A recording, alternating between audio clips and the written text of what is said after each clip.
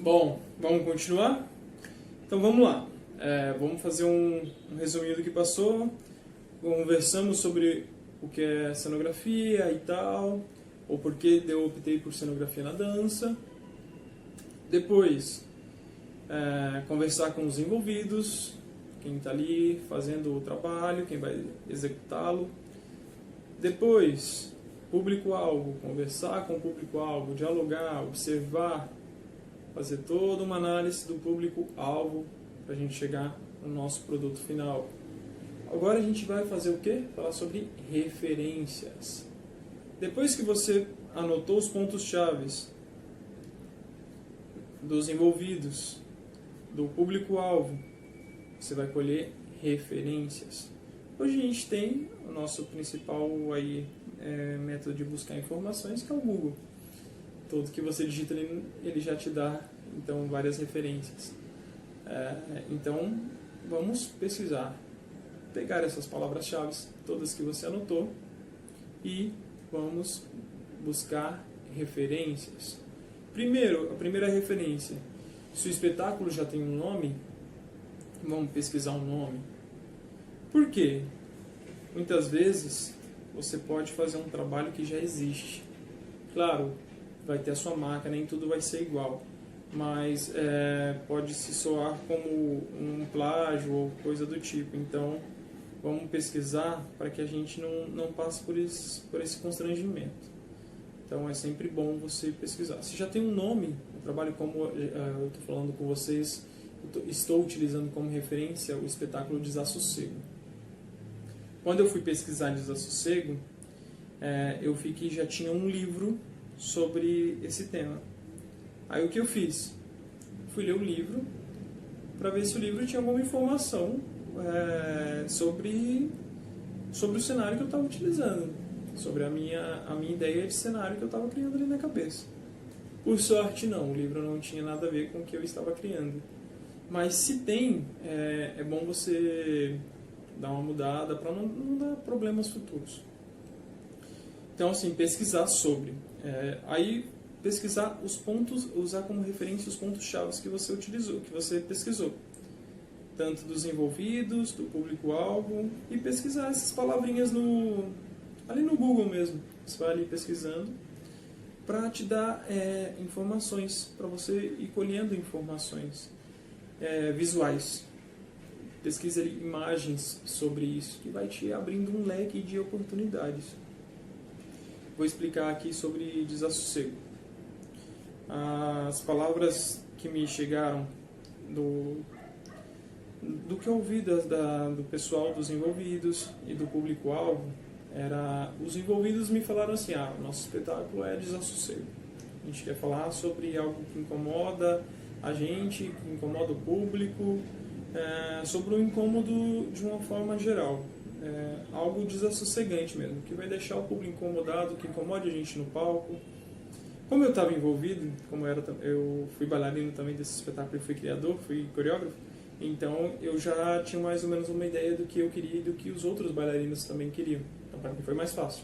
Quando você não está envolvido a esse ponto, você tem que conversar, dialogar e pesquisar. Na minha pesquisa do público-alvo, lembra que eu fiz aquela enquetezinha lá, mandei para um grupo de pessoas, mensagem para eles me responderam e tal. Bem, peguei esses pontos-chave.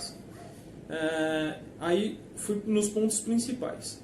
O que chegou para mim, o que mais te incomoda, chegou para mim, local fechado. Aí eu fiquei pensando, local fechado, como estudar isso? Local fechado. Fiquei pensando, até que eu cheguei na questão da caixa. Como eu não dava para fazer uma caixa fechada, porque as pessoas precisam ver. Então não teria como fazer uma caixa fechada.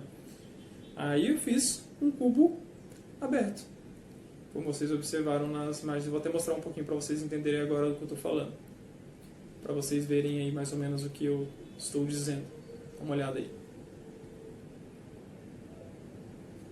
Então, viram? Eu criei essa caixa. Porque as pessoas falaram para mim que local fechado me incomodava muito. Como eu não posso fazer um local fechado porque o público precisa ver, então eu fiz uma maquete de uma caixa, para dar a ideia de que ali eles estão dentro de uma caixa, de um local. Outro ponto que veio bastante foi a questão de corda. As pessoas falaram, eu mostrei várias imagens para elas, mandei foto de faca, corda, tesoura, essas coisas assim, e para elas me responderem qual que mais incomodava elas. E, por incrível que pareça, veio a maior parte das informações veio de corda. Eu falei, vou utilizar corda no espetáculo. Aí comecei a pensar, como utilizar cordas no espetáculo? A princípio, as cordas a minha ideia principal, para você ver como nem sempre a sua ideia bate com a execução. Minha ideia era utilizar cordas no cenário no meio. Como vocês viram aí, as cordas elas estão todas nas laterais. Vou mostrar aí de novo para vocês verem. Viram só? As cordas estão nas laterais. A gente não utiliza corda no centro. Mas a minha ideia era ter cordas penduradas em todo ele. A gente fez a maquete, tudinho certinho. Aí, na primeira execução que a gente foi fazer com as cordas no meio do cenário, começou a dar errado. Por quê? Nas movimentações, a gente se chocava com as cordas e ela atrapalhava na execução. Mas ainda assim, eu queria as cordas no meio. Aí o que eu fiz? Passei talco no pé de todos os bailarinos. Vamos ver até se vai ficar algum local limpo no chão. Vamos fazer todo o espetáculo com o pé, sempre sujando o pé no talco. E se algum local ficar limpo, é onde a gente não passa, né? A gente não pisa naquele local. Então é um local que vai ficar livre para colocar uma corda ali. Para minha surpresa, a gente utilizou praticamente 100% do espaço. Então não daria para ter corda no meio. Aí fui fazer um outro estudo, foi onde eu pensei em colocar as cordas nas laterais. Então foi daí que veio a questão das cordas nas laterais. Mas a princípio seria no meio mesmo. A sacola, a gente utiliza também uma sacola. Vou mostrar aí para vocês. A sacola também veio da resposta das pessoas. Foi perguntado, o que te desassossega? Aí foi colocada a questão, visão, audição, e foi dada essa questão do ar.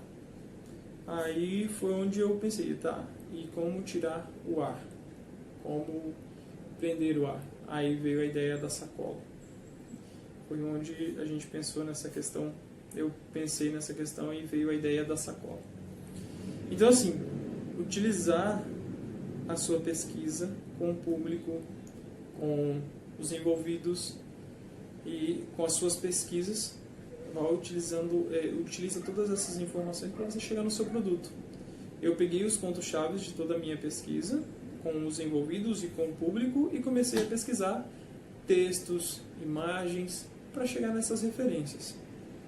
E foi onde eu fui chegando nessas informações. Se vocês observarem, eu pintei todas as cordas a corda e o cenário de acordo com o que o figurinista tinha me passado de como seria o figurino. Por quê? Porque o figurino tem que, como eu falei anteriormente, o figurino tem que conversar com o cenário e vice-versa. Tudo ali tem que dialogar, todas as informações têm que ser conversadas, elas têm que se unir, não pode ser uma coisa paralela. Se vocês observarem, o figurino é vermelho e verde, então o cenário teria que conversar com essas cores. Não poderia colocar ali um amarelo, porque não conversaria, não ficaria uma coisa legal, entendeu? Então é isso que eu falo, você sempre tem que estar em contato com os envolvidos, você tem que conversar, tem que dialogar, tem que entender para você fazer a sua criação. Então já passamos pelo diálogo com os envolvidos, observar o público e dialogar com o público, pesquisar as referências para fazer esse espetáculo acontecer. Então, essas referências você pode... Hoje eu utilizo muito a internet, mas você pode utilizar livros, recortes de jornais, o que você achar melhor. Eu prefiro a internet, porque eu acho que a internet hoje está bem ampla e tem muita informação que você precisa ali.